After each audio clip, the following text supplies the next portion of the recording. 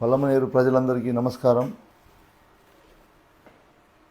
నేను మీ వెంకటయ్య గౌడ, వైఎస్ఆర్ కాంగ్రెస్ పార్టీ అభ్యర్థిగా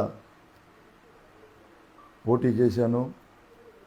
13వ తేదీ జరగబోయే ఎన్నికల్లో మీరందరూ కూడా నన్ను ఆశీర్వదించి గెలిపిస్తారని మనస్ఫూర్తిగా ఆశిస్తూ మిమ్మల్ని అందరినీ కూడా కోరుకుంటా ఉన్నా.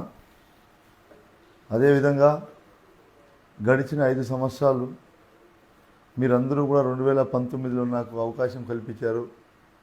మీ నమ్మకాన్ని నేను వమ్ము చేయకుండా ప్రజలందరికీ కూడా అందుబాటులో ఉంటూ, మీకు అందరికీ కూడా తెలుసు, గతంలో ఉన్నటువంటి పాలకులు ఏనాడైనా ఎన్నికలు అయిపోయిన తర్వాత ఎవరినైనా పట్టించుకున్నటువంటి పరిస్థితులు ఉండిందా? నేను శాసనసభ్యుడైన తర్వాత ప్రజల్లో ఎలా కలిసిమెలిసి ఉన్నానో, గత పాలకులు ఎలా ఉన్నారు అని మీరు గమనించగలరని కూడా నేను ఆశిస్తూ ఉన్నా. అదేవిధంగా గడిచిన 5 సంవత్సరాలు మీరు గమనిస్తే జగన్మోహన్ రెడ్డి గారు మన ఒక్క నియోజకవర్గానికి 2700 కోట్ల రూపాయలను డిపిటీ కానీ, నాన్ డిపిటీ కానీ, అదేవిధంగా అభివృద్ధి డెవలప్మెంట్స్ ఏదైతే గ్రామాలకు రోడ్లు కావచ్చు, ప్రభుత్వ ఆసుపత్రులు కావచ్చు, సచివాలయాలు కావచ్చు, అన్నీ కూడా ఈరోజు గ్రామాల్లో రూపురేఖలు మార్చి ప్రతి గ్రామం కూడా అభివృద్ధి చెందిందా లేదా మీరందరూ కూడా గమనించండి. అదేవిధంగా నేను శాసనసభ్యుడైన తర్వాత ఏదైతే మన నియోజకవర్గంలో 1,00,000 గడపలు ఉన్నాయో ప్రతి గడపకు కూడా 2 సార్లు, అంటే 2 లక్షల గడపలు తొక్కినట్టు అవుతుంది. ప్రతి గడపకు కూడా నేను 2 సార్లు వచ్చాను. ఎవరికి ఏ సమస్య ఉన్నా, ఏ కష్టం ఉన్నా, ఏ బాధ చెప్పినా వాటినన్నింటినీ కూడా పరిష్కరించుకుంటూ నిరంతరం, ఆనాడు నేను 2019 ఎన్నికల ముందు ఏదైతే చెప్పానో మీ కుటుంబ సభ్యుడిలాగా ఉంటానని, ఆ విధంగా మీ కుటుంబ సభ్యుడిలాగా మీతో అంతా కూడా నేను కలిసిమెలిసి గడపడం జరిగింది. మీరందరూ కూడా గమనించారు. అదేవిధంగా రానున్న ఎన్నికల్లో కూడా మీరందరూ కూడా అత్యధిక మెజార్టీతో నన్ను గెలిపించండి. నేను రాబోయే 5 సంవత్సరాల్లో ఇదే విధంగా మీతో అందరితో కలిసిమెలిసి ఉంటూ, మీకు అందరికీ అందుబాటులో ఉంటూ, ఎవరికి ఏ సమస్య ఉన్నా ఒక మీ కుటుంబ సభ్యుల్లాగా నేను ఉంటానని మీ అందరికీ కూడా నేను మాటిస్తున్నాను. మీరు గమనించాల్సింది ఒకటే, ప్రతిపక్షాలు ఎంతమంది ఉన్నా, ఈరోజు అభ్యర్థులు ఎంతమంది పోటీ చేసినా మీరు గమనించండి.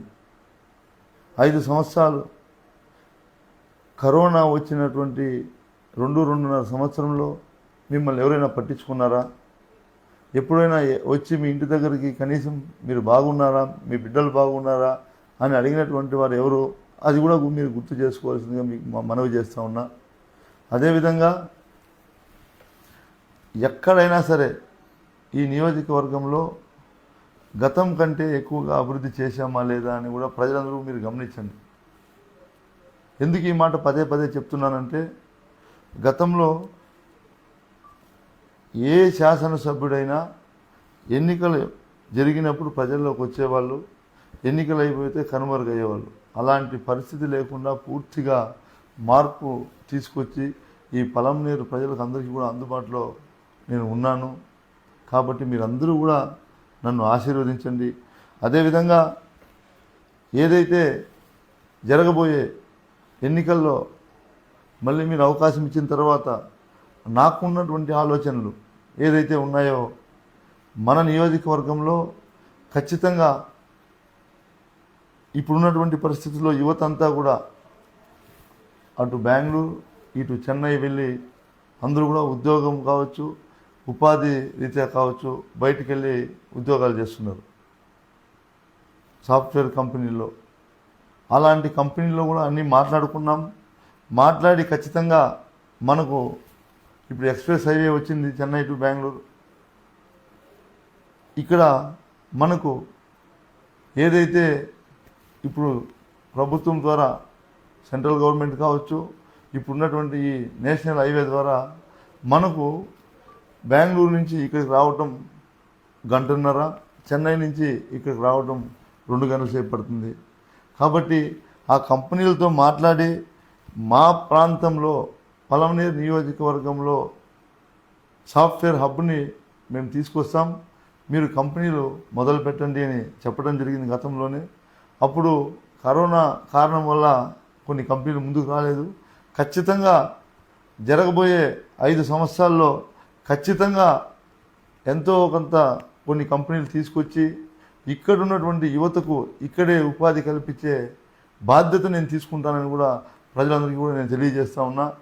అదేవిధంగా మీరు గమనించండి, ప్రతి గ్రామంలోన ఈరోజు ఏదో ఒక రకంగా, ఈరోజు జగనన్న ప్రభుత్వంలో ఏదో ఒక రకంగా ప్రతి కుటుంబానికి మంచి జరిగింది.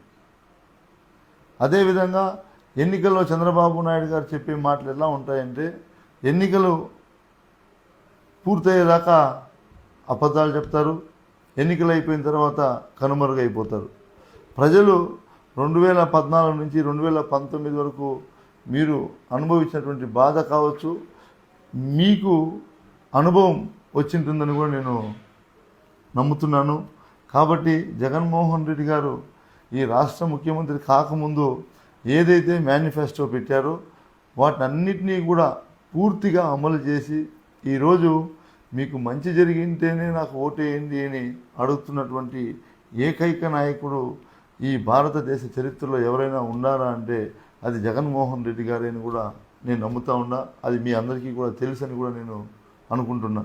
కాబట్టి రానున్న ఎన్నికల్లో మీరందరూ కూడా నాపై మరియు మా పార్లమెంట్ సభ్యులు ఎంపీ గారిపై మీరు దయ ఉంచి మీరందరూ కూడా మంచి మెజారిటీతో గెలిపిస్తారని నేను ఆశిస్తా ఉన్నా.